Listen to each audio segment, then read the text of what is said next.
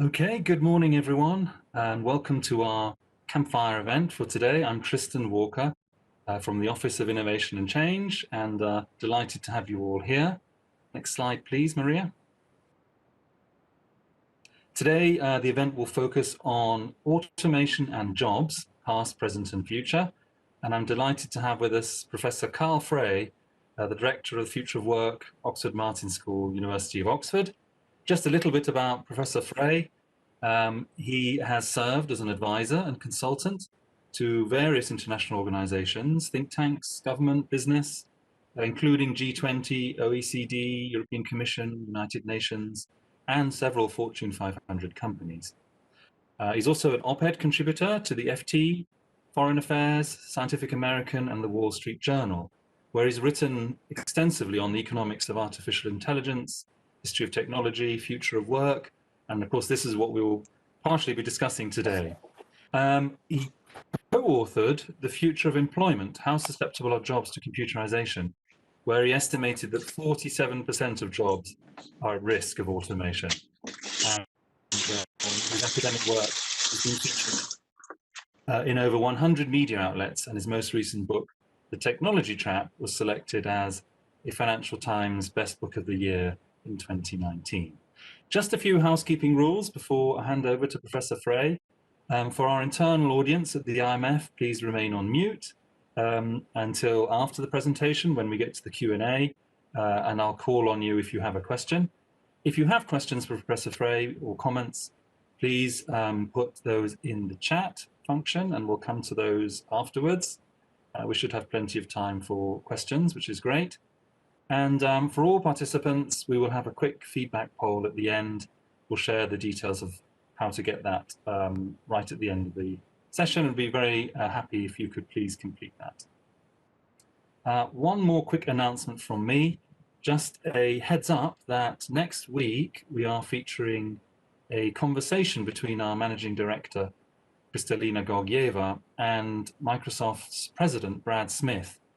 This will be moderated by Andrew Sorkin, and it'll be about conversation for a better future. So please watch out for announcements on how to join that on the imf.org site for more details. Okay, with that, I'd like to hand the floor to you, Professor Frey, and your presentation. Thank you.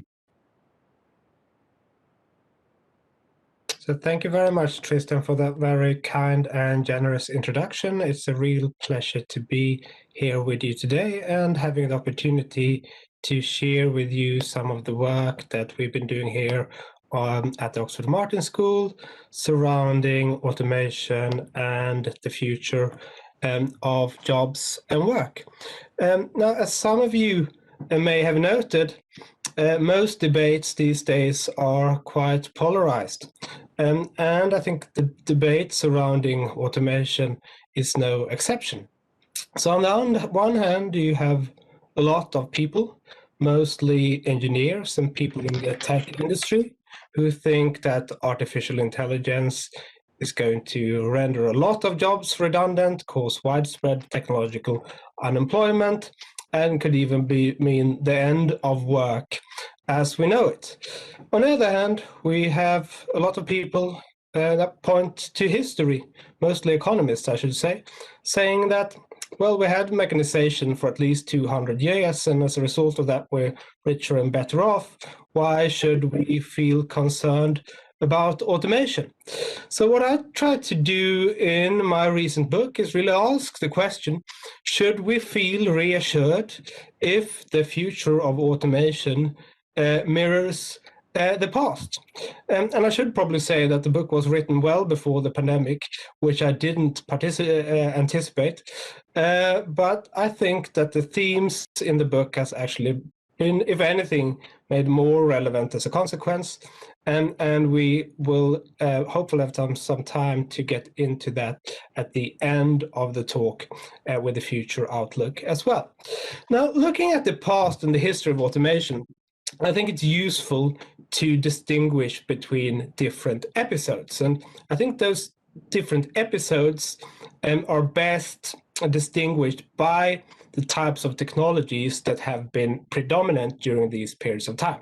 So on the one hand, we have seen periods with predominantly labor enabling technological change, which have created new tasks, new occupations, augmented workers in existing jobs. And as a result of that, we've seen wages grow in tandem with productivity growth.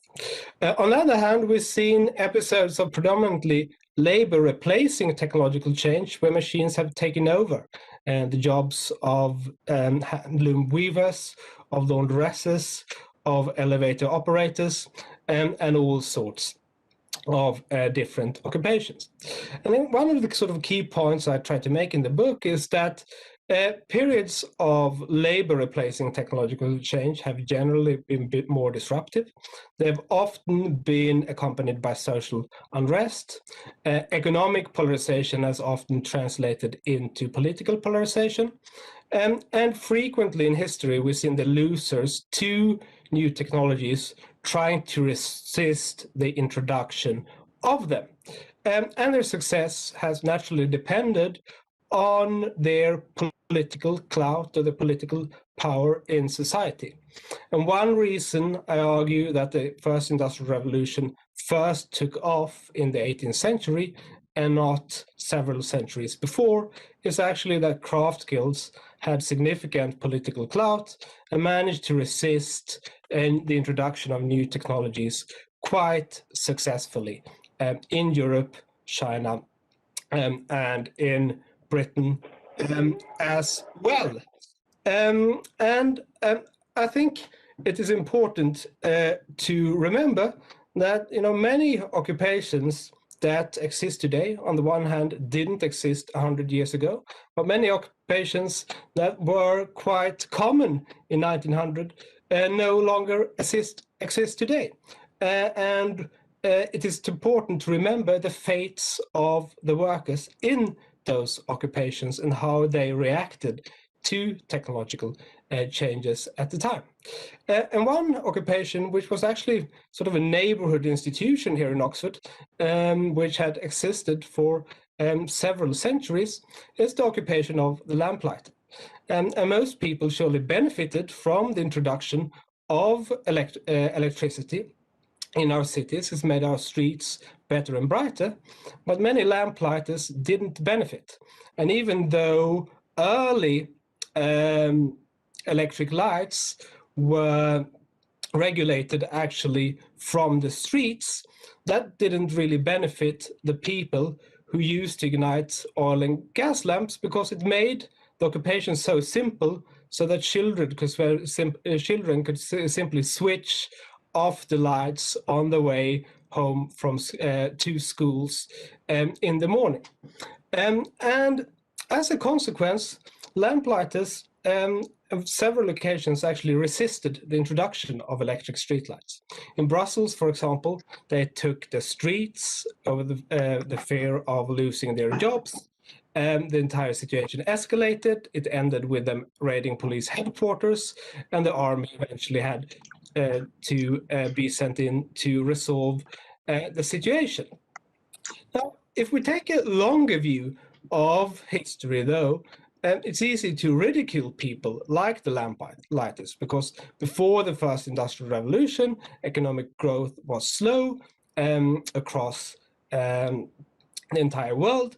GDP per capita income really only took off with the introduction of the mechanized factory, which allowed us to produce more with fewer people. And that process began in Britain around 1750.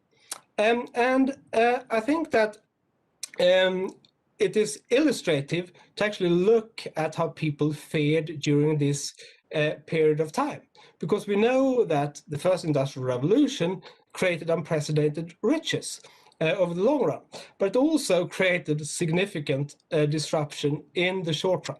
And there was quite a bit of a debate in Britain about the virtues and the downsides of the Industrial Revolution. So Benjamin Disraeli, before he became Prime Minister of Britain, published a novel called Coningsby, which one character remarks that I see cities peopled with machines. Certainly Manchester must be the most wonderful place of modern times.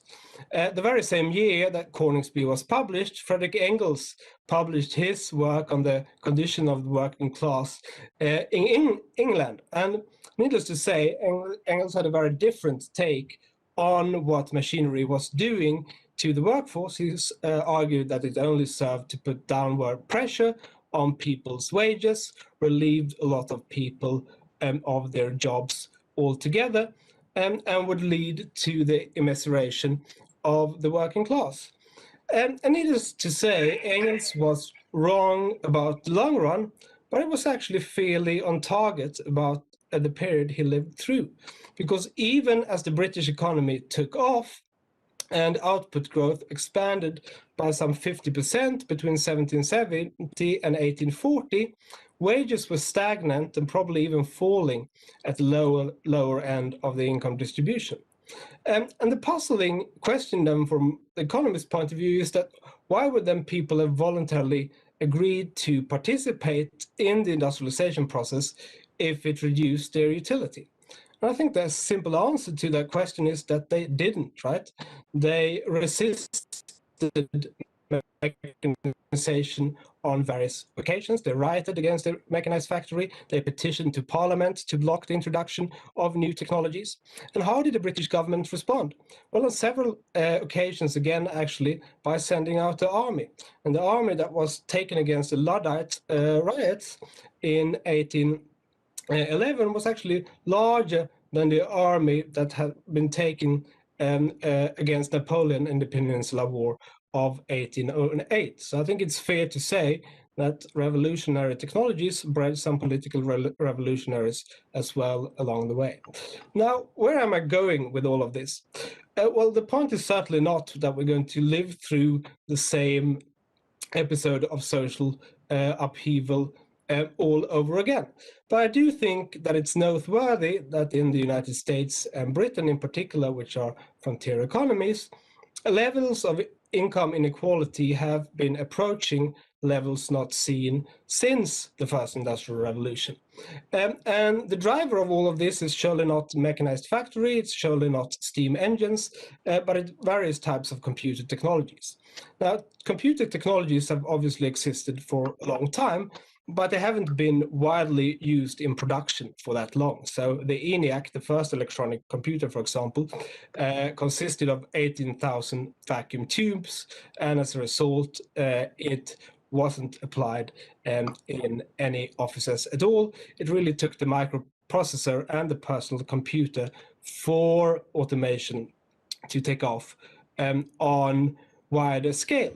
And this really happened in the 1980s. So what you can see on this figure here is that compensation tracks productivity quite well up until around 1980. From that point in time, you see an emerging gap between productivity growth and compensation, suggesting that labor technological change is becoming increasingly labor replacing around that time. And we can break this down even further and look at how different groups in the labor market in the United States have fared as a consequence of automation. And what you see on these figures here is that wages essentially rose at all ranks up until the oil price shock in 1973. Around then, wages stagnate for all groups.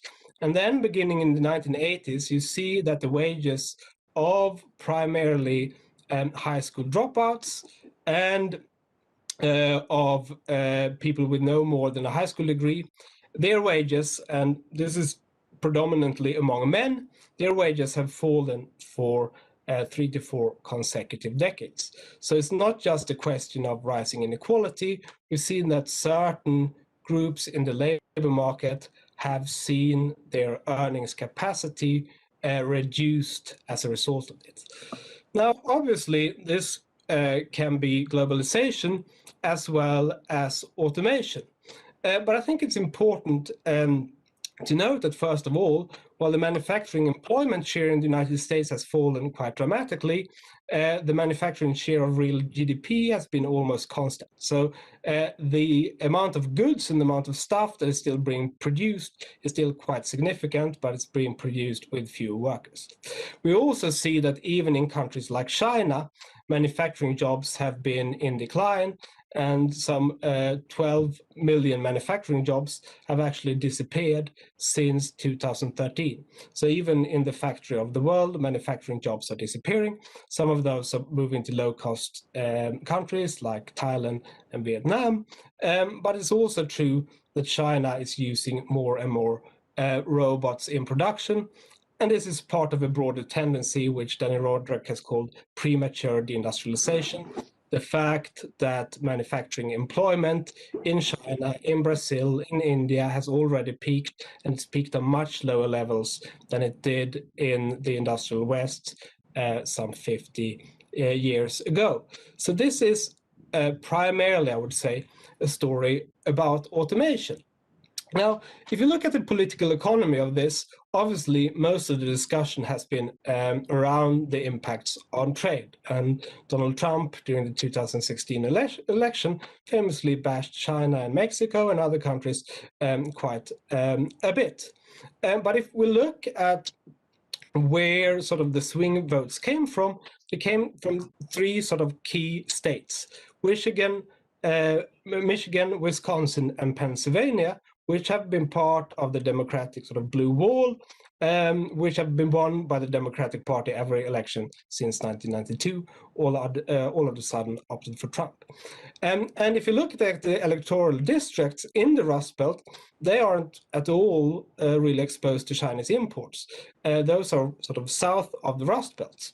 But they are heavily exposed to industrial robots and automation. So there are more robots in Michigan alone than in the entire American West.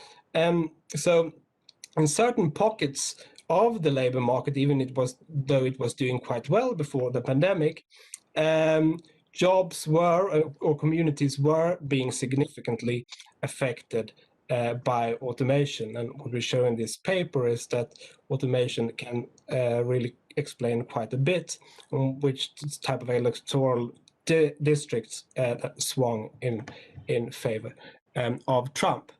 Now, the economist Leontief once suggested that if horses could have joined the Democratic Party and voted, what happened on the farms might have turned out differently. They might have used their political voice to bring the spread of the tractor to a halt. And I'm not suggesting that this is going to happen, but I think that it's noteworthy that before the pandemic, actually a majority of Americans in a Pew Research survey suggested that there should be limits on the number of jobs that machines can replace workers in. And we also see several examples actually of workers going on strikes in harbors due to concerns over automation. And this is just, with the current state of technology. The potential scope of automation is likely to expand quite significantly going forward. And in some ways, we really see nothing yet. And there was a recent survey on the adoption of machine learning technologies, for example, in American companies, suggesting that less than 3% of companies have, at this stage, adopted some form of machine learning technologies. And what these technologies mean is essentially that the potential scope of automation looking forward goes far beyond routine rule-based activities that can easily be specified in computer code and therefore readily automated.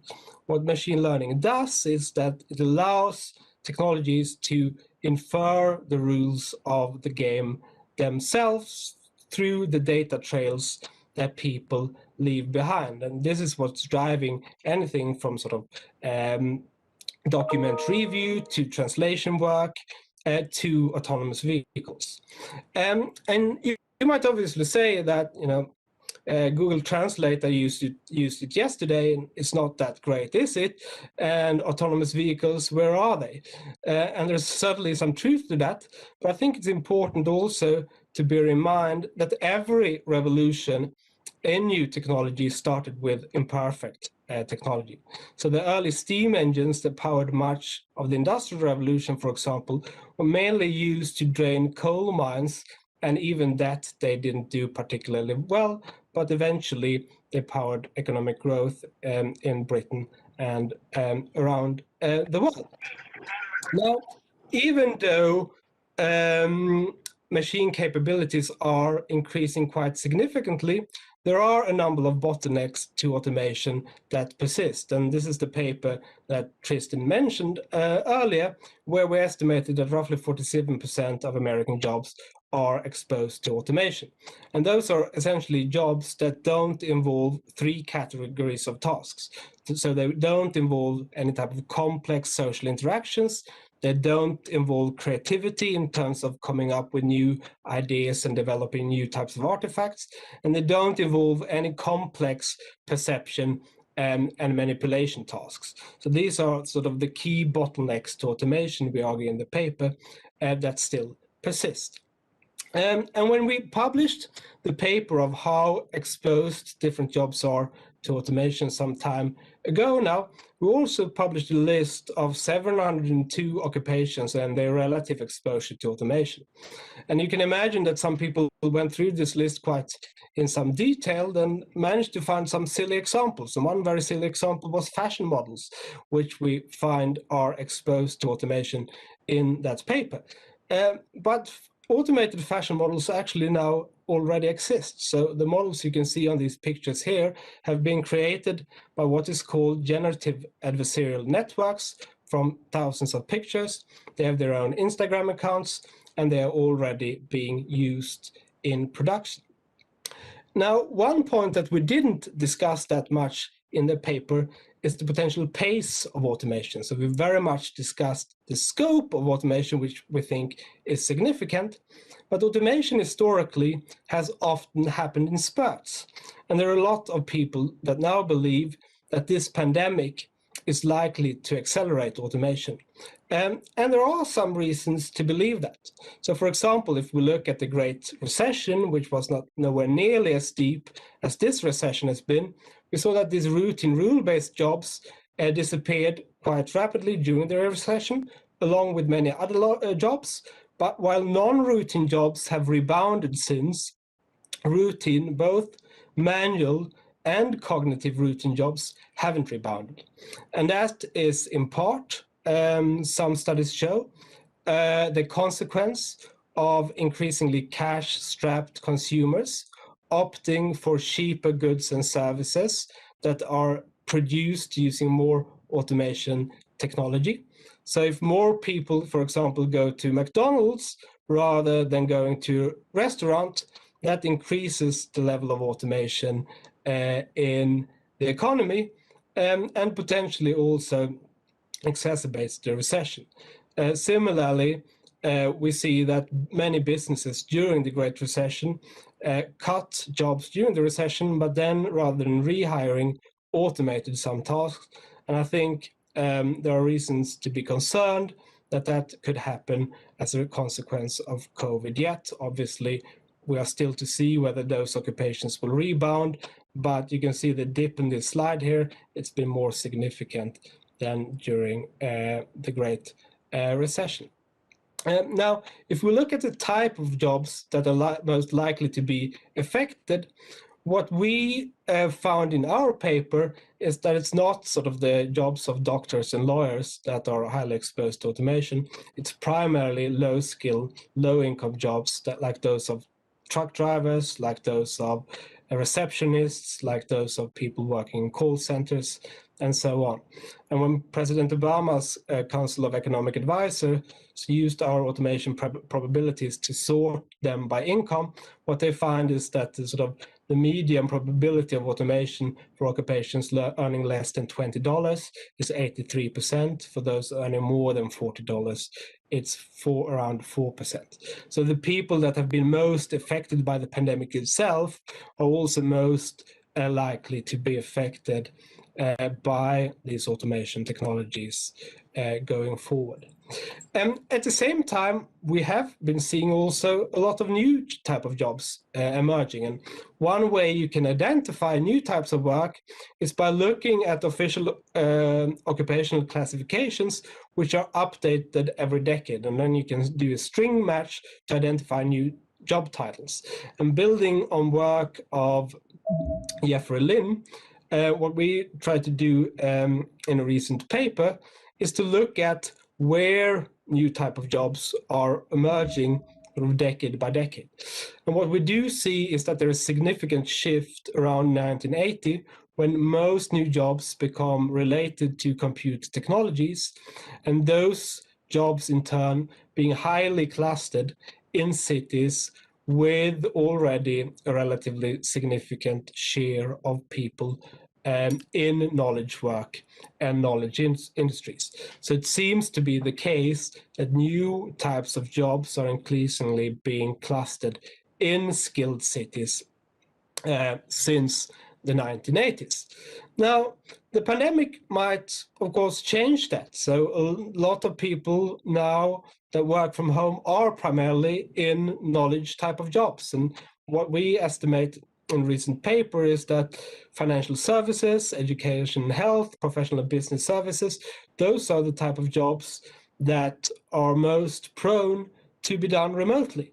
And we even see that some sort of collaboration in innovation seem to be happening increasingly at the distance. So if you look at the sort of right-hand panel, what you see is the average distance between patent applicants on the same patent, which seems to have been really taking off with the arrival of the web and email and all of that in the 1990s.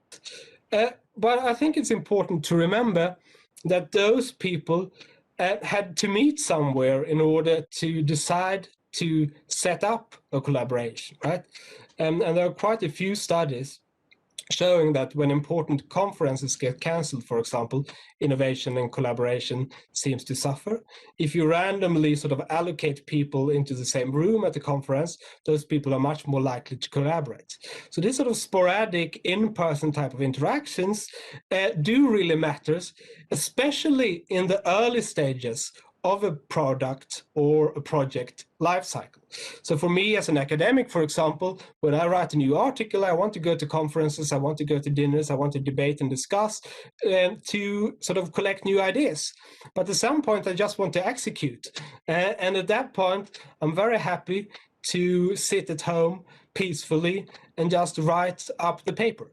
And most projects and industries and businesses function that way, right? So early on, for example, when a new company is set up and you want to sort of develop a new prototype, they tend to be very clustered in skilled cities.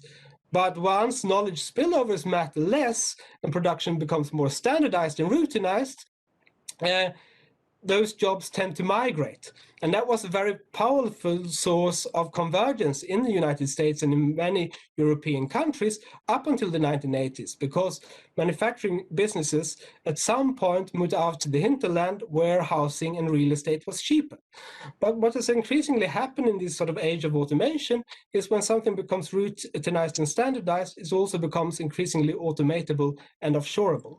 So my prediction is that going forward, what is going to become a much larger share of the workforce are people focused on these sort of exploration tasks, this early stage of the project or product life cycle that requires in-person type of interaction, whereas a lot of these execution production tasks can increasingly be automatable and offshoreable. So I think I already run 1 minute over time, so I'll stop there. Thank you very much for your attention and happy to answer any questions. Thank you very much, Professor Frey. We were actually going to, before we jump into the Q&A, we were going to do a quick poll of our audience. We'll bring up the details in a second about your own jobs and how you see those, whether they might be automated or not. Maria, if you can bring up the poll details. While we're waiting, if you do have a question or comment, please put it in the chat and we'll come to those in a minute. So if I could please ask our internal as well as external audience to go to menti.com and type in the code there, 45192410, no gap, or you can scan the QR code on the right with your mobile or other device. And then you should be able to fill in the question for this quick poll.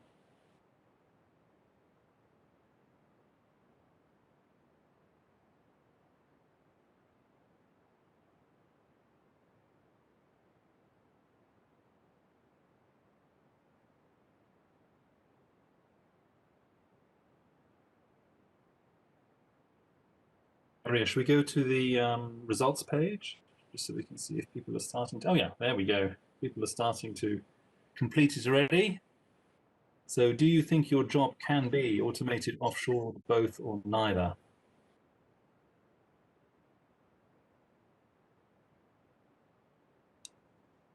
Let's just give it a few more minutes. Yeah, increasing share opting for both.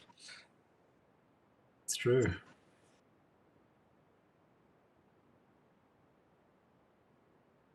I don't know if you've run this poll with others, Professor Frey, but it'd be interesting to see if it's any different than other places. Some significant productivity gains to be had within the IMF, so it's very...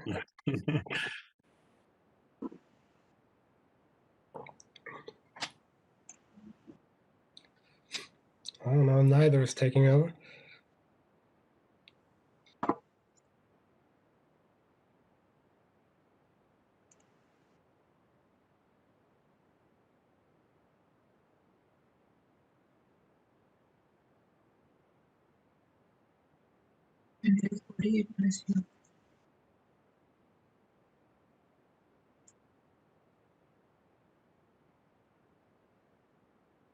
So how does that look to you, Professor Frey? Is that surprising, unusual, normal? Yes. Well, I'm not sure what I would have expected. I would actually have expected, I think, considering the target audience, that neither would be by far the largest category. So I'm actually a bit surprised. I'm also somewhat surprised that more people think that jobs are offshoreable rather than automatable. But I think the striking share third, thinking that both is feasible, does to me suggest that what's been happening in technology has also resonated with people inside the organization. Yeah, it is interesting to see. I mean, offshore is an interesting one because I guess it could. We were chatting a little bit about this. Does that mean you could do your job in any location around the world? I think that's been an interesting observation from the pandemic, hasn't it, with remote working, where that's been. Yeah, very much so. Yeah. So I mean, I've been teaching from home for several months, and I've been slightly worried that at some point Oxford University might discover that somebody could do my job a lot cheaper from Delhi and probably better as well. That is potentially a concern. I think it depends very much on what sort of projects you're working on as well. So if you're working on sort of shorter term projects that can easily be offshored, if it's more longer term projects that require local knowledge, so for example, knowledge about, let's say, the American healthcare system or sort of local consumer preferences, that's much less likely to be offshored. And obviously there are concerns of sort of coordination problems with different time zones and things like that as well. Yeah, well, thank you, Maria. Maybe we can stop sharing the poll. To kick off our Q&A and discussion point, I wanted to ask you a quick question of my own, and then I'll turn to getting some questions in the chat. But you showed a little bit of this, that we've had some historical precedent here of automation and of different roles. You started off with the lamplighters, but perhaps the most recent one that seems most similar to where we are now, perhaps, is when the internet arrived and the web and so on in the 1990s, and people predicted the end of cities or the end of the office or whatever it might be, but that didn't seem to happen at the time. I don't know if you think now is different, or whether, let's say, we may not change as much as we think. And what are your thoughts? Yeah, that is an interesting question. So, I mean, if you look at remote work over the past 2 decades, so it's really been stagnant for a long time in European Union. I think hovering between 4 and 5%. I think 5% of the population reported having been working from home some hours before the pandemic. So even with a lot of technologies that enable remote work, including email, including the cloud, and including Skype, which has been around for a long time, it really didn't take off. And I think the main difference this time around relative to the 1990s is probably that the constraint on sort of face-to-face contact is less significant. So agglomeration can be sort of thought about in terms of the cost of transporting goods, ideas, and people, right? And obviously, with remote, with Zoom and other technologies, face-to-face contact is becoming less of a constraint. So that's a key difference. And we've been through, obviously, the episode of the pandemic itself, which has brought this huge remote work experiment upon us. As a consequence, a lot of people have actually invested in, personal equipment at home, in desks, in office space. And I saw some stats suggesting that in the United States, people on average have spent around $600 on remote work equipment since the pandemic took off. Businesses have been spending quite a bit as well. So these are some costs that suggest that people are potentially more likely to stick to it, and the marginal cost to continue working remotely has gone down a lot as a consequence. Thank you. So not sure if there's a question there, although I think this was maybe in reaction to your automation of models, fashion models. Adrian, you put a link to a site called This Person Does Not Exist. I don't know if, Adrian, you want to make a comment about it?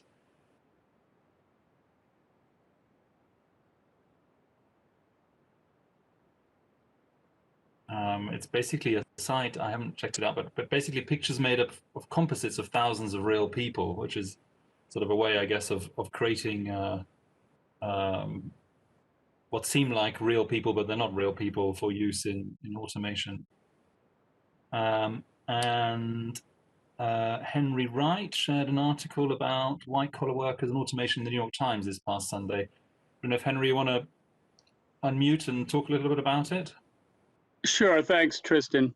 So I found this article quite interesting because if we look at the fund and the changes it's going through right now, the big 5 changes, 1HR being the one I'm most familiar with, of course, there's an interesting question one could ask oneself, and that is whether the process of process automation that can impact white-collar workers that is talked about in the article could be seen to be relevant to the big changes we're going through in the fund. So I thought it was quite thought-provoking in that sense.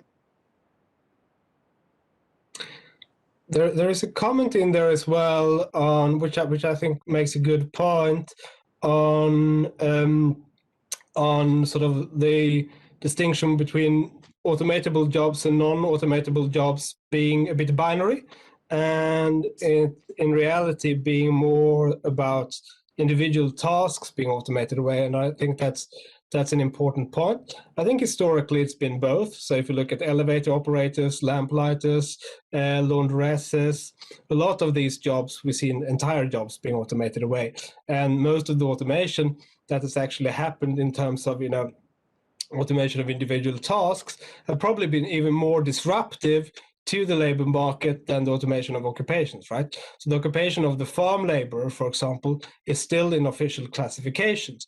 So if we're going to be strict about it, the occupation has only changed in terms of its content, right? But obviously millions and millions of farm laborers have lost their jobs to the process of occupational change. So in practice, I think, yeah, there is sort of definitely a distinction to be made, but I think the distinction is less clear cut than it's often perceived to be.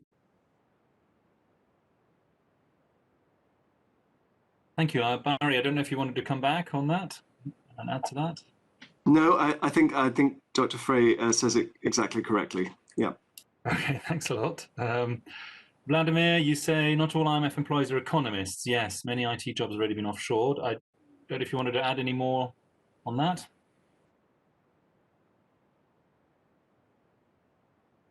Not really. Yeah, I mean, I think about half of us are economists, and there are obviously cafeteria workers, there are security, facilities, you have interpreters, and I think, yeah, potentially some of those jobs are more easily automatable or offshoreable. Of course, the IT as well. We sort of hear lots of accents when we call for support.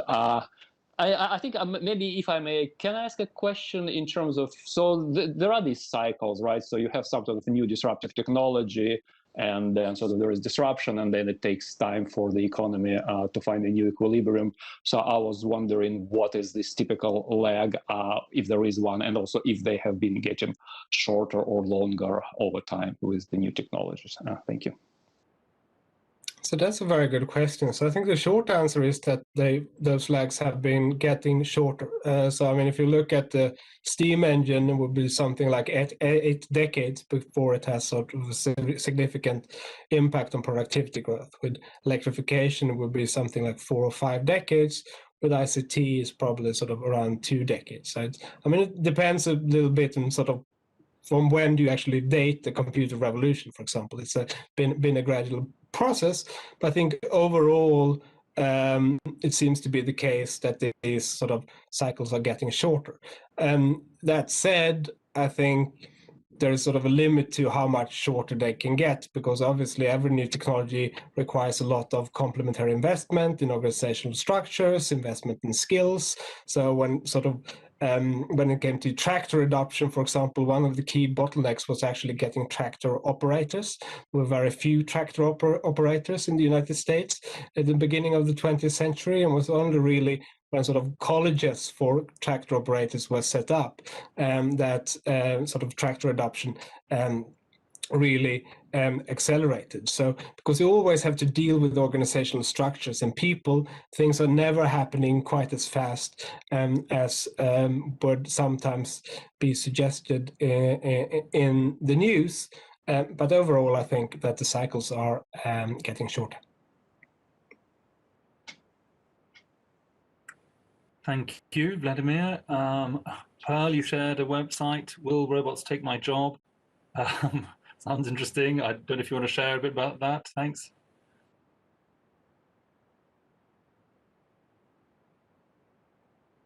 It's just you can't unmute. But anyway, site is self-explanatory. Andras, your question, please.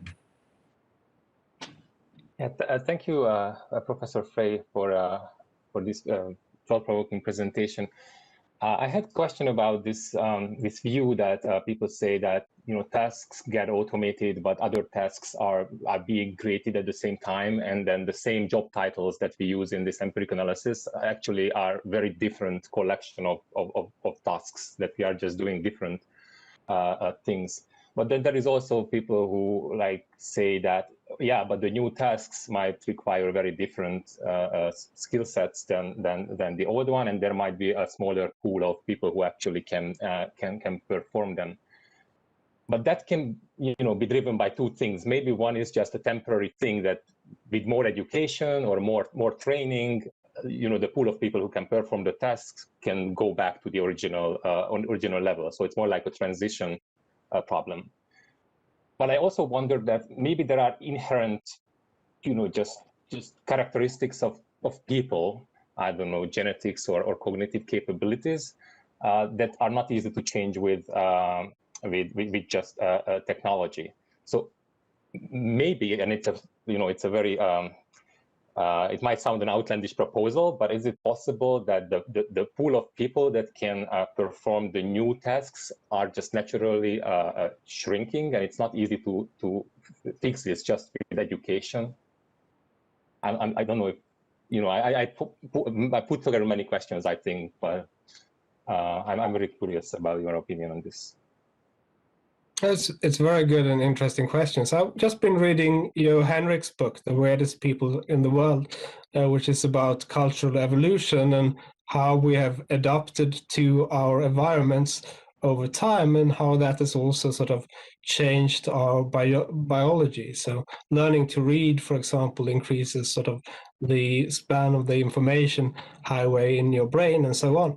And you have things like the Flynn effect, right? So measured IQ is increasing with every generation as jobs are becoming more cognitive, and as we need more of that particular type of intelligence to function in the modern society. So I think that humans are quite adaptable to sort of changes in the environment. So sort of over the long run, I don't worry that much about that particular part of it, but I think the technological change as well is sort of can be a very disruptive process. And to take one example, right? So I often hear that even if you have autonomous buses, then for a school bus, for example, you need somebody to look after the children in the bus, so that job won't disappear.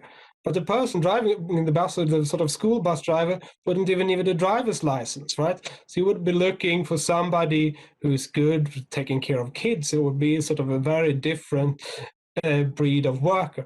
And I think that is the most disruptive part of it. Plus, I think the geographical component of it is also very disruptive. You have these sort of manufacturing jobs being increasingly automated away manufacturing times, local communities taking a hit as demand for local goods and services are being affected by that as well. And conversely, you see new jobs cluster in relatively skilled cities, where it creates more demand and drives up house prices there as economic activity is becoming increasingly clustered, and very disruptive for developing countries in particular, who used to grow rich through sort of by shifting labor from agriculture to manufacturing. And a good thing that would potentially come out of this pandemic and sort of increased offshoring would be that the future of development may look more like India than China, if you like, and that sort of service-led growth may become more feasible for low-income countries as a consequence of this. Thank you. William Oliver, would you like to ask your question? Just wanted to point out, I grew up in a very blue-collar area, and I don't know if you know Rhode Island, but it used to be a manufacturing center, textiles and jewelry, and all of that is gone. And as a result, people have had to migrate into other occupations, and quite a few of the people that are my age have ended up just moving on to disability because they haven't found employment and they weren't in a position to be retrained in other areas.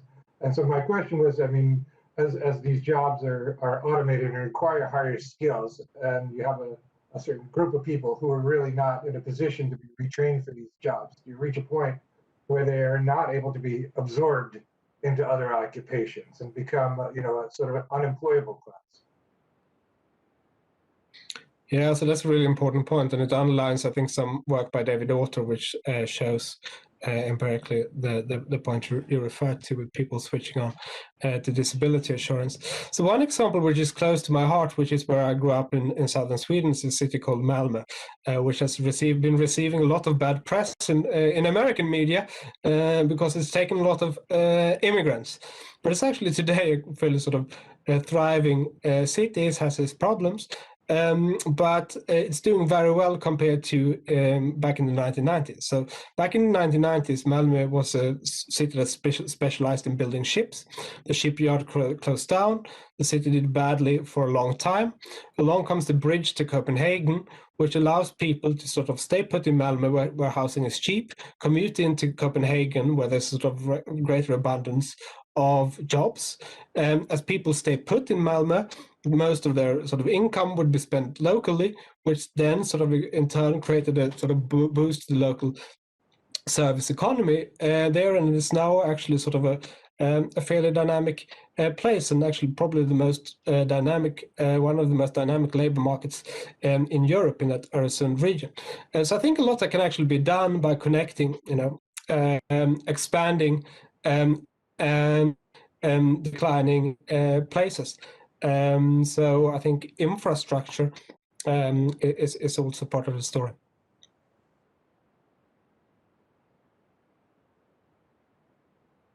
Well, thank you. Unless there's any more questions, I would like to... oh, this one's just come in. Let's take this one then. Esther, would you like to ask your question? Or I can read it out if you prefer. Okay, I'll read it out. In what extent do you think future changes in automation are being anticipated in policies for preparing future generations, for instance, through adjustments in education specialization? So SWIFTs in labor have lower impact on unemployment. So switches, I guess, in labor have lower impact on unemployment. So I think there's a lot of talk about changing educational systems in response to future automation. I think quite little is being done. And what I would like to see is actually sort of some fairly simple things that we can do. So I ended my presentation by saying I think there will be more work that is focused on exploration and innovation, and less work that is focused on production and execution. And one thing we really don't teach in our educational system at all is sort of innovation and entrepreneurship.